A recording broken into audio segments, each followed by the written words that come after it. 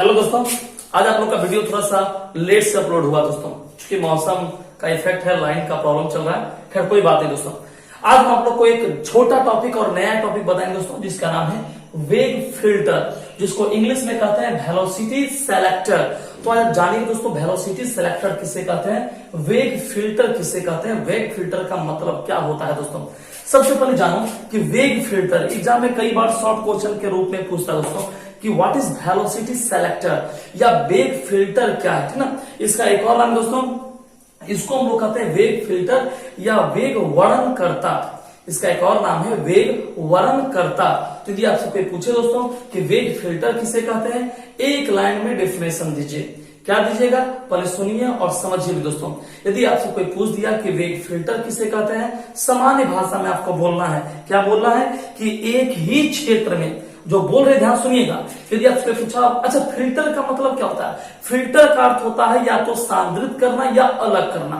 तो यहाँ कौन अलग हो रहा है ना। जैसे मान लिया पानी का फिल्टर करते हैं, तो पानी के फिल्टर में क्या होता है कि पानी अलग हो जाता है और जो पानी में मिली हुई अशुद्धियां होती है, जो पानी में मिले हुए गैंग्स होते हैं, जो गंदगी होते हैं, वो अलग हो जाते हैं। सेम कंडीशन दोस्तों यहाँ भी वेग फिल्टर, यहाँ वेग का फिल्टर हो गया। इसका समझो इसे कहते किसे। यदि आपसे पूछे कि वेग फिल्टर का डिफाइन क्या है, तो आप बोलेंगे कि एक ही क्षेत्र में, सुनिए ध्यान से, एक ही क्षेत्र में साथ साथ कार्य करने वाले, हम जो बोल रहे हैं ध्यान से आप सुनेंगे, एक ही क्षेत्र में साथ साथ काम करने वाले विद्युतीय क्षेत्र एवं चुंबकीय क्षेत्र। बताइए इतना बोलने में कोई दिक्कत हुआ, इतना आप बोल सकते हैं। क्या बोलेंगे, एक बार फिर से रिपीट करेंगे, क्या बोलेंगे, एक ही क्षेत्र में साथ साथ कार्य करने वाले, इतना बोल सकते हैं, है ना। या तो इसको ऐसा बोल सकते हैं, एक ही क्षेत्र में साथ साथ लंबवत कार्य करने वाले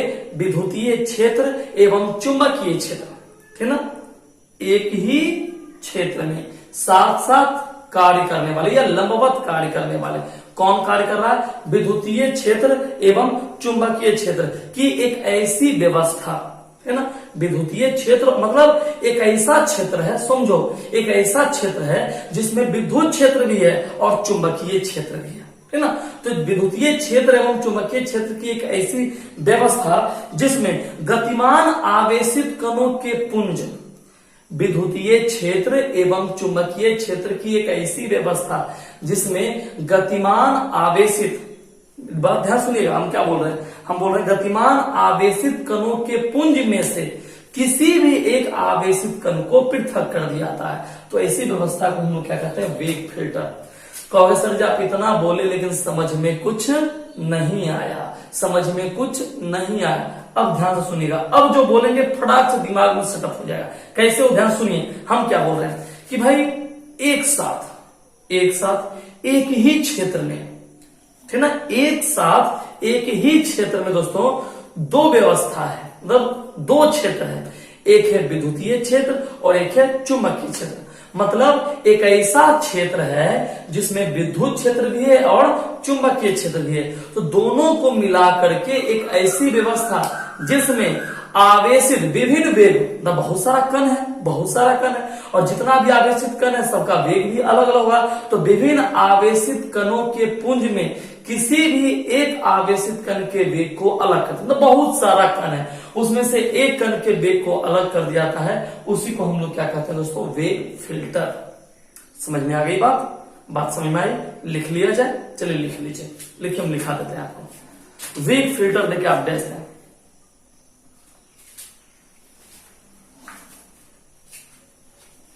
दे दिए इंग्लिश में velocity selector, velocity selector dash करके लिखे दोस्तों। एक ही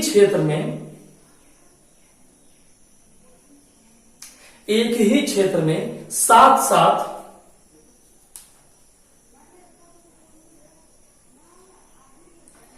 परस्पर लंबवत कार्य करने वाले, परस्पर लंबवत कार्य करने वाले विद्युतीय एवं चुंबकीय क्षेत्र की एक ऐसी व्यवस्था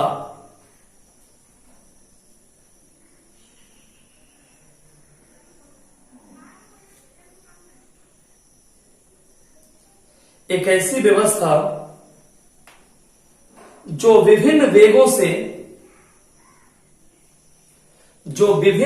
से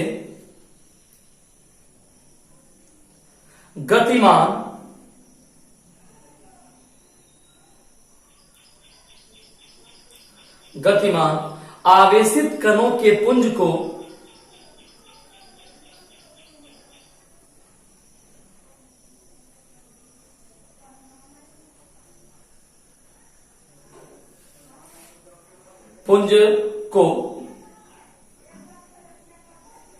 विचलित कर एक निश्चित वेग के आवेशित कण को पृथक कर दिया जाता है। एक निश्चित वेग के आवेशित कण को पृथक कर दिया जाता है।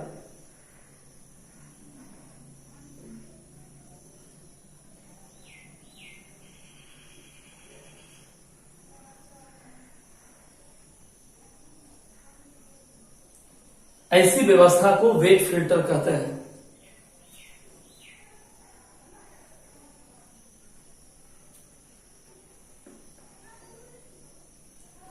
परस्पर लंबवत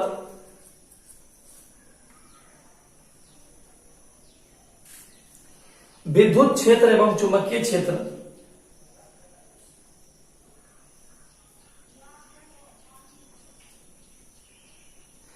क्रॉसित क्षेत्र कहलाते हैं।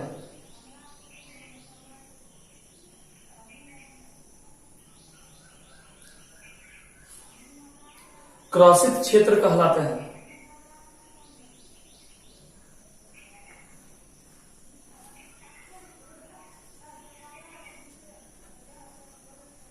चलिए फॉर्मूला लिख लीजिए।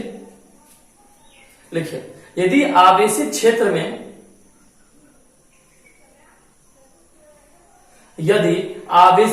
में कणों का वेग v हो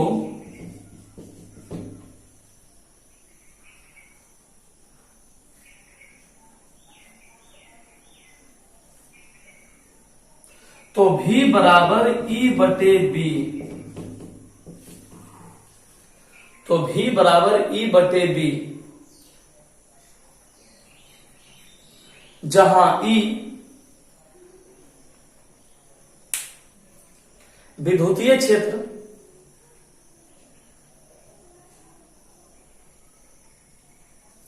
तथा B चुंबकीय क्षेत्र है।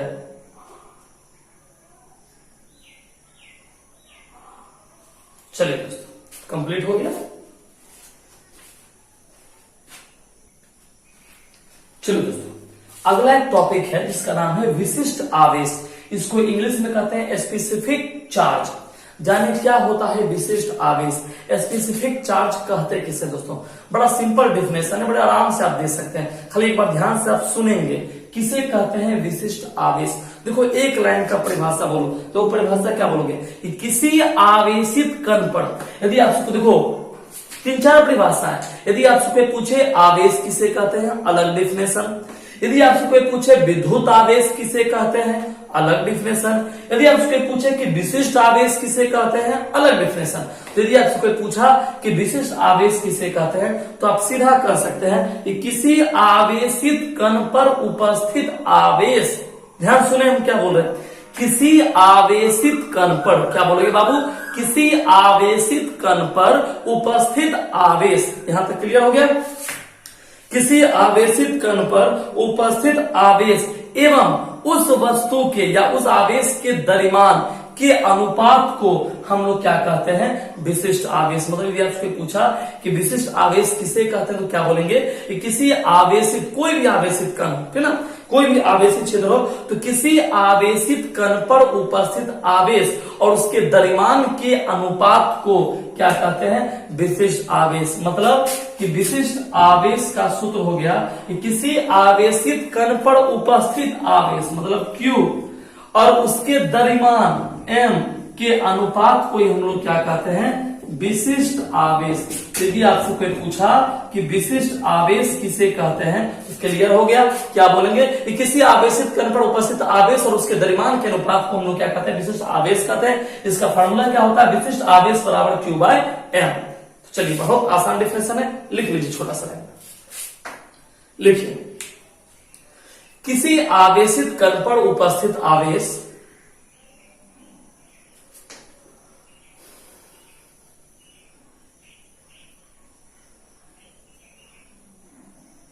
किसी आवेशित कण पर उपस्थित आवेश तथा उसके द्रव्यमान का अनुपात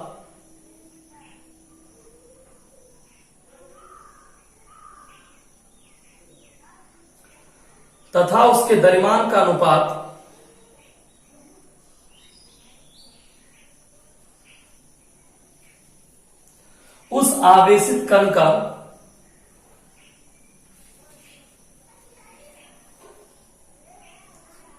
विशिष्ट आवेश कहलाता है।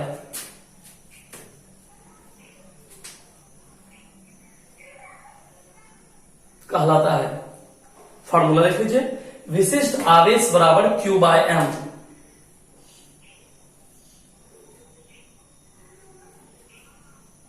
चलिए हो गया दोस्तों। चलिए दोस्तों अब एक टॉपिक जानेंगे, किसी धारामापी को वोल्टमीटर तथा आमीटर में बदलना। मतलब कोई धारामापी है दोस्तों, उसको यदि हम वोल्टमीटर में चाहेंगे तो कैसे बदलेंगे, या आमीटर में चाहेंगे तो कैसे बदलेंगे। मतलब एक ही धारामापी है, लेकिन यदि आपको उस धारामापी को वोल्टमीटर में बदलना है या धारामापी को आमीटर में बदलना है, तो दोस्तों हम लोग कैसे बदलते हैं। तो चलिए सीखते हैं। सबसे पहले आपको ये पता है कि आमीटर वोल्टमीटर क्या है ना। आमीटर धारा को मापता है, जबकि वोल्टमीटर किसको मापता है दोस्तों, विभवांतर को मापता है। पता है ना, किन्हीं दो बिंदुओं के या किन्हीं दो सिरों के बीच के विभवों को मापता है कौन, वोल्टमीटर, और धारा को मापता है कौन, आमीटर। लेकिन किसी धारामापी को वोल्टमीटर में कैसे बदलेंगे या किसी धारामापी को आमीटर में कैसे बदलेंगे, चलिए हम आपको ये टॉपिक पहले एक लाइन में लिखा देते हैं। आप लोग पहले इसको लिख लीजिए, ऊपर में एक छोटा सा हेडिंग दे दीजिए, किसी धारामापी को वोल्टमीटर में बदलना। या क्वेश्चन के रूप में लिखना चाहते हैं तो आप ऐसे लिख लीजिए, किसी धारामापी को वोल्टमीटर में कैसे बदलते हैं। एक लाइन का आंसर, सिर्फ एक लाइन का। किसी धारामापी को वोल्टमीटर में कैसे बदलते हैं, देखिए डैश दीजिए।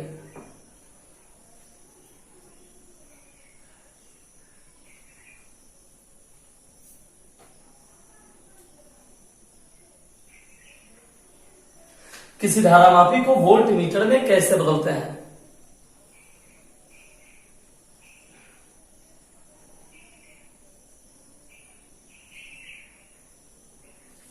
लिख लिए क्वेश्चन।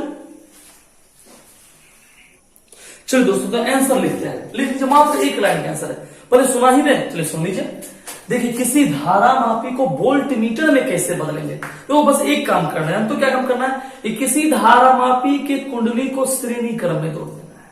समझ में आ गया, किसी धारामापी के कुंडली को श्रेणी क्रम में जोड़कर और उच्च प्रतिरोध के साथ जोड़ देना है। मतलब किसी धारामापी के कुंडली को श्रेणी क्रम के उच्च प्रतिरोध में जाके जोड़ दीजिए, वो बन गया देखिए वोल्टमीटर। कितना सिंपल है। मतलब कोई धारामापी है तो जानबे का, तो धारामापी में कुंडली तो होगा, तो क्या किए, उसके कुंडली को श्रेणी क्रम में, है ना, श्रेणी क्रम का कोई उच्च प्रतिरोध है उसके साथ जाके जोड़ दिए।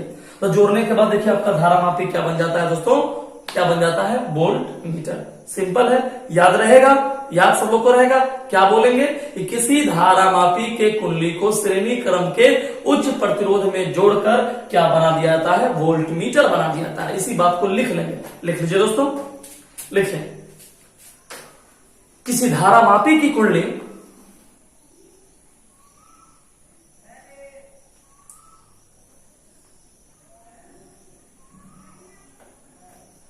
किसी धारामापी की कुंडली को श्रेणी क्रम के या श्रेणी क्रम में उच्च प्रतिरोध के साथ जोड़कर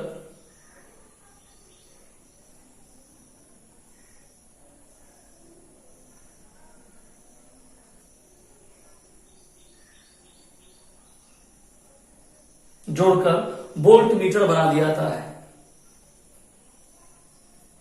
लिख लिए।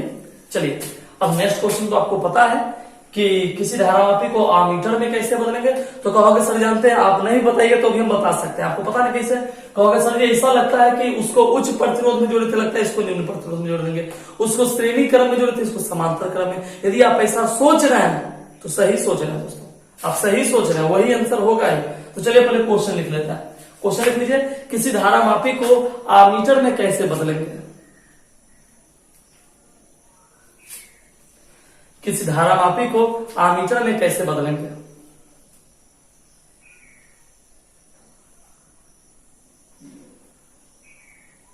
डैश करके लिखें दोस्तों। आपको आंसर पता है ना कि किसी धारामापी के कुंडली को श्रेणी क्रम में नहीं, समांतर क्रम में, उच्च प्रतिरोध के साथ नहीं, निम्न प्रतिरोध के साथ जोड़कर वोल्ट मीटर नहीं आमीटर बना दिया जाता है। ठीक है, तो जो बोले हैं चुपचाप लिख लीजिए। लिखिए, किसी धारामापी को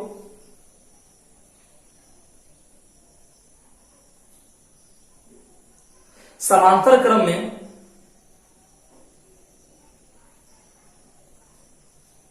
निम्न प्रतिरोध के साथ जोड़कर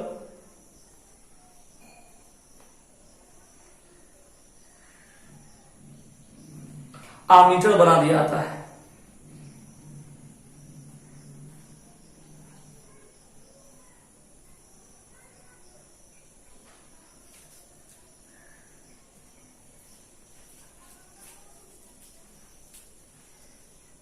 चलिए एक और छोटा क्वेश्चन लिखेंगे, एक और छोटा क्वेश्चन लिखिए। चल कुंडली धारामापी में,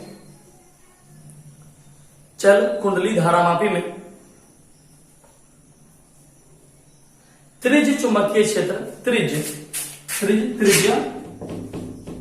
त्रिज्य चुंबकीय क्षेत्र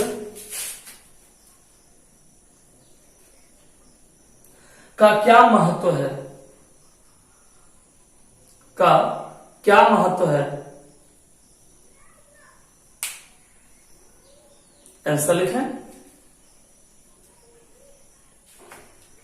त्रिज्य चुंबकीय क्षेत्र में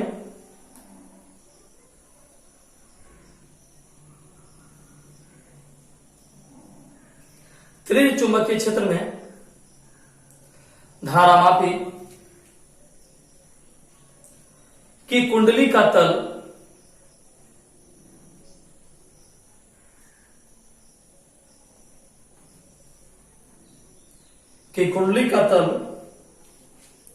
कुंडली के प्रत्येक स्थिति में,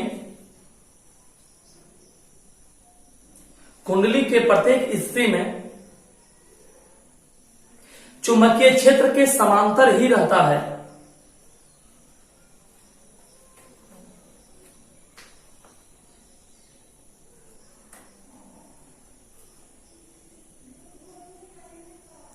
समांतर ही रहता है।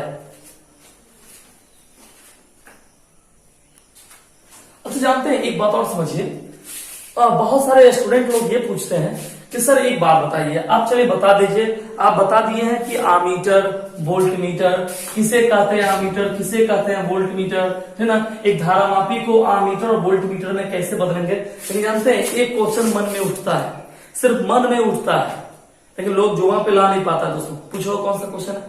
कहोगे सर एक क्वेश्चन दिमाग में आता है कि आमीटर को श्रेणी क्रम में ही क्यों जोड़ते हैं, नहीं, और वोल्ट मीटर को समांतर क्रम में क्यों जोड़ते हैं। ऐसा लिखाए थे, हम आपको बताए थे कि आमीटर को श्रेणी क्रम में जोड़ते हैं, वोल्ट मीटर को समांतर क्रम। लेकिन ऐसा क्यों, हम आमीटर को समांतर क्रम में जोड़ देंगे तो क्या हो जाएगा, उधारा कोई मापेगा, थोड़ी किसी और चीज को माप देगा। क्या सही बात है कि नहीं दोस्तों। आखिर आमीटर को श्रेणी क्रम में ही क्यों जोड़ते हैं और वोल्ट मीटर को समांतर क्रम में ही क्यों जोड़ते हैं। तो चलिए जान लीजिए, बहुत महत्वपूर्ण आंसर है। लेकिन जानते हो सबसे बड़ी विडंबना यही है, कितना भी महत्वपूर्ण क्वेश्चन क्यों ना देख लो, आंसर रहता है एक लाइन का। साइंस क्या कीजिएगा, जो नहीं समझ में आता उसका आंसर रहेगा 600 पेज का। तो चलिए जान लीजिए, आमीटर को श्रेणी क्रम में दोस्तों इसलिए जोड़ते हैं ताकि परिपथ में जितनी भी धारा प्रवाहित हो रही है, परिपथ में जितनी भी धारा प्रवाहित हो रही है वह सभी धाराओं की माप कर सके, मतलब टोटल धारा का माप कर लेगा आमीटर। अच्छा ये बताइए यदि समांतर क्रम है, थोड़ी एग्जांपल से फिगर के साथ समझते हैं। मान लीजिए ये प्रतिरोध है, यहाँ पर कंडेंसर लगा है, ये बल्ब लगा है। अब यहाँ पर एगो आमीटर लगा दिए ये यहां लगा दिए, चलिए यहां पर लगा दिए ये। अब आप बताइए जितना भी करंट जाएगा, यहां से जितना भी करंट निकलेगा दोस्त, ये तो टोटल का मेजर कर लिया, करेगा ना, सीधी सी बात है, करेगा, है ना। आप यहीं पर लगा दीजिए, तो जितना करंट यहां से क्रॉस करेगा सब का मेजर कर, मतलब टोटल करंट का मेजर कर लेता है आमीटर। यदि आप इसी आमीटर को आप इस क्रम में रखें, आप खुद फिगर से समझिए, फिगर समझिए, समझने के लिए फिगर काफी है। आप यदि इस क्रम में कर दीजिए,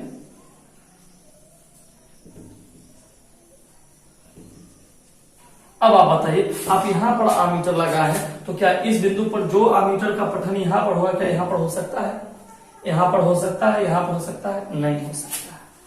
क्यों? क्योंकि यहां जो मापेगा वो इन तीनों को मिला करके ही संभव है, अलग अलग बिंदुओं पर संभव नहीं है। इसका मतलब कि आमीटर जो है विद्युत परिपथ के प्रत्येक बिंदु पर समान धारा को माप नहीं पाएगा दोस्तों, लेकिन श्रेणी क्रम में समान धारा को मापेगा।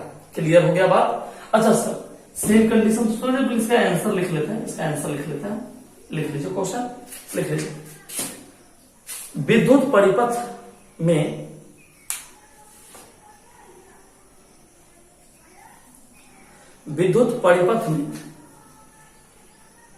श्रेणी क्रम को आमीटर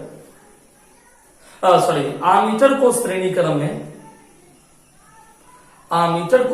क्रम में तथा वोल्टमीटर को समांतर क्रम में ही क्यों लगाते हैं? तथा वोल्टमीटर को समांतर क्रम में क्यों लगाते हैं?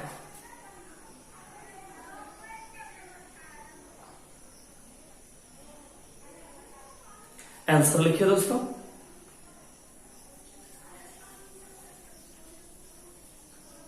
लिखिए, आमीटर को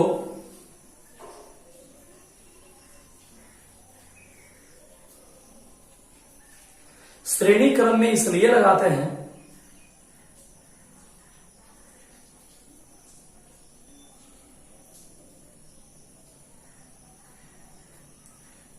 ताकि संपूर्ण धारा का प्रवाह इसी से होकर हो।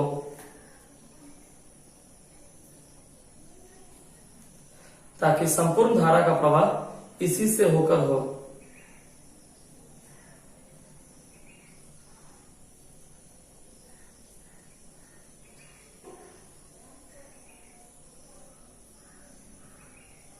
नीचे लिखेंगे दोस्तों, वोल्टमीटर परिपथ के दो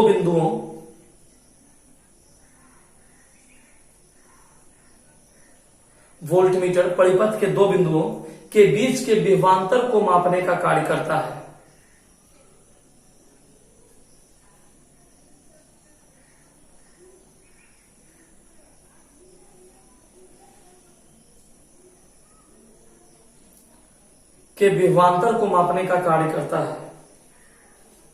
इसलिए इसे समांतर क्रम में जोड़ते हैं। मतलब दोस्तों, आमीटर को श्रेणी क्रम में जोड़ते हैं ताकि वो संपूर्ण धारा का एक बार माप कर ले। और देखो, वोल्टमीटर को चाहिए दो बिंदु, वोल्टमीटर को एक ही बिंदु से नहीं, दो अलग अलग बिंदुओं के बीच में हम वोल्टमीटर को लगाते हैं ताकि दो बिंदुओं के बीच विभवांतर को माप सकें। और दो बिंदु के लिए तो फिर श्रेणी क्रम में तो एक ही बिंदु रहेगा, तो दो बिंदु प्राप्त करने के लिए समांतर क्रम लगाना होगा दोस्तों, इसीलिए वोल्टमीटर को समांतर क्रम में लगाते हैं। तो क्लियर हो गया दोस्तों? चलिए ठीक है, तो कल हम आप लोग को इस चैप्टर का और भी बहुत सारा ऑब्जेक्टिव बनाने के लिए देंगे दोस्तों, आप लोग उसको सॉल्व कीजिएगा। धन्यवाद।